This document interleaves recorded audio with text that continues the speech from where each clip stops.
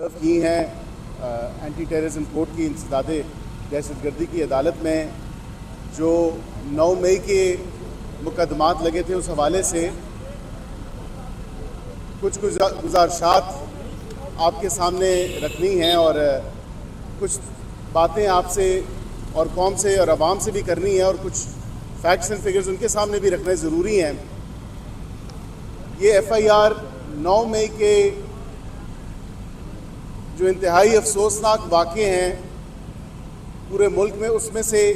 एक वक़ूआ जो है उसकी FIR जो आरा बाज़ार का GHQ का, आम फहम में हम उसको GHQ पे जब इस इंतशारी टोले ने हमला किया तो उस हवाले से जो FIR 708/23 आरा बाज़ार और आम फहम जिस तरह मैंने जिक्र किया कि वो GHQ पे हमले के हवाले से था, तो उसमें आज उसकी प्रोसीडिंग्स थी। आज 9 मई को भी तकरीबन 1.5 साल से ऊपर हो चुका है और ये केसेस, ये मुकदमात इसी तरह ताख़ीर के शिकार हैं। अब ये तमाम चीज़ आप देखें कि कुछ फैक्ट्स एंड फिगर्स जो मैंने आज की प्रोसीडिंग्स में ऑब्ज़र्व किए और मैं आपके सामने भी रखना चाहता हूँ। नवंबर 2023, ये बहुत अहम तारीख है कि नवंबर 2023 और आज नवंबर 2024 हो चुका है। 1 साल का दौरानिया जो है वो गुजर चुका है और नवंबर 2023 में प्रोसिक्यूशन ब्रांच ने बेशतर चालान, तकरीबन 126 जो चालान थे वो मुल्ज़मान के वो जमा कराए इसी अदालत में जो आपको मेरे खड़े हुए पीछे नज़र आ रही है। लेकिन आज 1 साल गुजरने के बाद भी वो चालान तो जमा हो गए, प्रोसिक्यूशन ने अपना काम तो पूरा कर दिया, लेकिन अदालत की जो प्रोसीडिंग्स हैं वो ताख़ीर के शिकार हैं।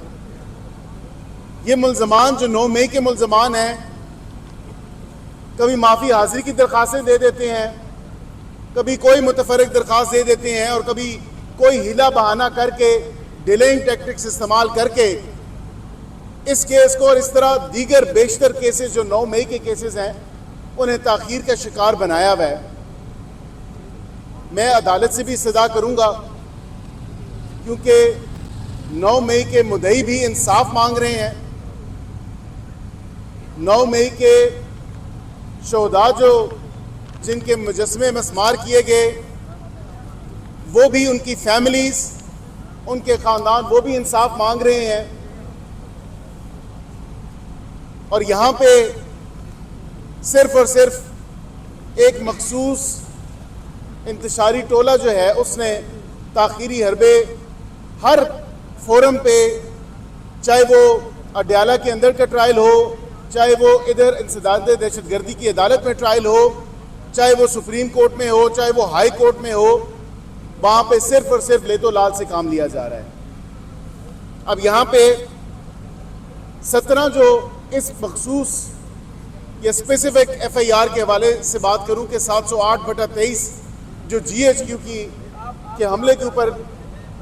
या उस हवाले से ये जो FIR है, इसमें 17 मुल्ज़मान नॉमिनेटेड थे, नामजद 17 मुल्ज़मान थे और 160 जो वीडियोस में नज़र आ रहे हैं वो जब FIR लॉन्च की गई तो वो अननोन थे या नामालूम थे। 7 लोगों को मौके पे गिरफ्तार किया गया, ऑन स्पॉट उनकी अरेस्ट हो गई और 73 लोगों को बाद में आइडेंटिफिकेशन करके, उनकी शनाख्त करके उनको अरेस्ट किया गया। इसी के साथ 23 ऐसे लोग हैं जो मफरूर हैं, प्रोक्लेम्ड ऑफेंडर्स हैं, आम लीगल लैंग्वेज में या कानूनी ज़बान में हम उसे प्रोक्लेम्ड ऑफेंडर्स कहते हैं, जो कानून से भागे हुए हैं। अब इसमें सर फहरिस्त कौन है? इसी सियासी या इंतशारी टोला जो भी आप इनको नाम दे दें, जुल्फी बुखारी साहब जो कि बरतानिया में बैठ के एक मुनज़्ज़म कैंपेन चला रहे हैं पाकिस्तान के ख़िलाफ़,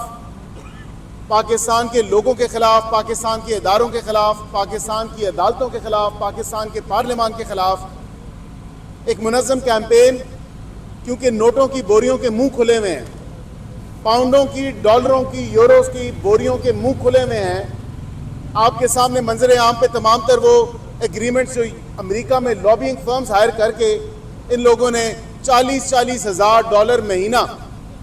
यहाँ पे पाकिस्तानी गरीब अवाम के पास एक वक्त की रोटी खाने का नवाला नहीं है। लेकिन इनको देखें कि जब ये अपने दौरे हुकूमत में क्या टॉल क्लेम्स किया करते थे, क्या क्या बड़े बड़े दावे किया करते थे, लेकिन पाकिस्तानी अवाम को कुछ भी ना दे सके और पाकिस्तानी अवाम से या पाकिस्तानी अवाम के मसाइल से इनको कोई सरोकार नहीं है। पाकिस्तानी अवाम की फलाह के बारे में, पाकिस्तान की तरक्की के बारे में उससे इनको कोई लेना देना नहीं है। लेकिन जब लॉबिंग की बात आए, इक़्तिदार में वापस आने की हर मुमकिन कोशिश करने के लिए इन्होंने अपने जो इनके ज़ायनिस्ट या जो एक यहूदी लॉबी के साथ मिलके नोटों की बोरियों के मुंह खोले हुए हैं। बैरून मुल्क, चाहे वो UN एडवाइजरी ग्रुप हो, चाहे वो वहाँ के पार्लियामान हो, चाहे वो वहाँ के सेनेटर्स हों, चाहे वो वहाँ के कांग्रेसमैन हों, वहाँ पे इन्होंने अपना जो मंजन बेचना है, जो इन्होंने स्याह सफ़ेद करना है, हकीकत से हट के, हकीकत से मुनाफी, वो तमाम चीज़ें जो हैं वो वहाँ पे की जा रही हैं। लेकिन पाकिस्तानी अवाम और कौम का नहीं सोचना, ट्रायल फेस नहीं करना, कानून को फेस नहीं करना, इसीलिए मफरूर हैं। मफरूरी की सर फहरिस्त जो है वो जुल्फी बुखारी साहब, मुराद सईद साहब, हमाद अजहर साहब, जो कि जलसों में तो रूनुमा हो जाते हैं, लेकिन he is unable to face the law, कानून का सामना नहीं कर सक रहे। शहबाज गिल साहब, और मैं किस किस का नाम लूँ क्योंकि ये सारी जमात जो है वो भगोड़ों की जमात है। अब इसी तरह अदालत ने, क्योंकि जो 87-88 की कार्रवाई है प्रोक्लेम्ड ऑफेंडर्स की या मफरूरों की जो कार्रवाई होती है, उसमें वो कार्रवाई अमल में लाई और उसके बाद इनकी प्रॉपर्टी की अटैचमेंट के हवाले से कोर्ट्स ने वाज़े ऑर्डर दिए हैं कि इनकी जो जायदाद है उसको कर्क किया जाए। इसी के साथ आज नवंबर 2024 एक साल हो चुका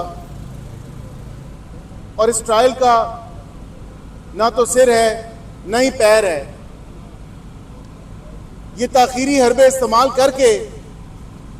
ऑन वन प्रिटेक्स्ट और अनदर इनकी कोशिश है ये ट्रायल हो ही ना। वकला हजरात की टीम के साथ कभी एक दरख्वास्त, कभी दूसरी दरख्वास्त, कभी एक बहाना, कभी एक हीला, कभी दूसरा बहाना, कभी माफ़ी हाजिरी की दरख्वास्त, कभी मेडिकल ग्राउंड्स पे दरख्वास्त, लेकिन मीडिया से अगर बात करने का मौका मिले तो उसके लिए पेश पेश हैं, अपनी सियासत चमकाने का मौका मिले तो उसके लिए पेश पेश हैं। अब इसी को ही देख लें कि एक साल हो गया, ये ट्रायल जो है चालान जमा करा दिया प्रोसिक्यूशन ने, तमाम तर कॉपियां मिल गई, ये ट्रायल आगे क्यों नहीं बढ़ा? अडयाला जेल में देखें तो 35 से 37 मौके ऐसे थे जो मुल्जमान ने स्टार विटनेस पे जरा ही नहीं। अदालत से भी इस्तदा करता हूं क्योंकि आज तो मैंने ऑब्जर्व किया, मैं प्रोसिक्यूशन से भी इस्तदा करता हूं कि इस तमाम तर जो ट्रायल का प्रोसीजर है उसे जल्द से जल्द मुकम्मल किया जाए और